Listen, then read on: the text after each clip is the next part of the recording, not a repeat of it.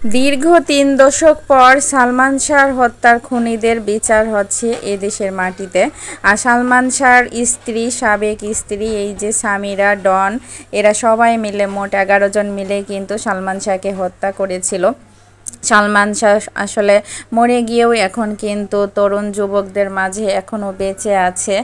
আর আগেকার যে ছবিগুলো হতো সালমান শাহর, যে ছবিগুলো আসলে আমিও ছোটোবেলায় কিন্তু সালমান শাহর ছবি অনেক দেখেছি, খুবই ভক্ত ছিলাম এবং এখনও কিন্তু সালমান শাহকে ভুলতে পারি না।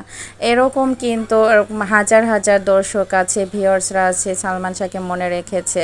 আর এদিকে এই যে সামিরা যখন জানতে পারছে যে খুনির আর কি বিচার হবে খুব তাড়াতাড়ি, তো সামিরা আর ডন এরা কিন্তু এই যে পালাচ্ছে, আবার পুলিশ কিন্তু এদের পিছু নিয়েছে। যাই হোক, এরা পালিয়ে কোথায় যাবে, যেখানেই যাক ধরা এদের পড়তেই হবে। বিমানবন্দরে কিন্তু খুবই আর কি পুলিশ লাগানো হয়েছে, যে করেই হোক সামিরা এবং ডনকে ধরতে হবে, বিমান থেকে যেন পালাতে না পারে বিমান দিয়ে। যাই হোক, হিলিতেও আর কি নজর রেখেছে পুলিশ।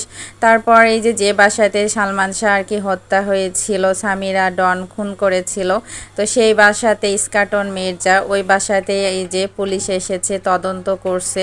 তদন্তে কিন্তু একের পর এক চাঞ্চল্যকর তথ্য বেরিয়ে আসছে এবং কিছু আলামত, হত্যার যে আলামতগুলো ছিল সেগুলা কিন্তু বের হয়ে এসেছে এবং আলামতগুলা কিন্তু রেখে দেওয়া হয়েছিল।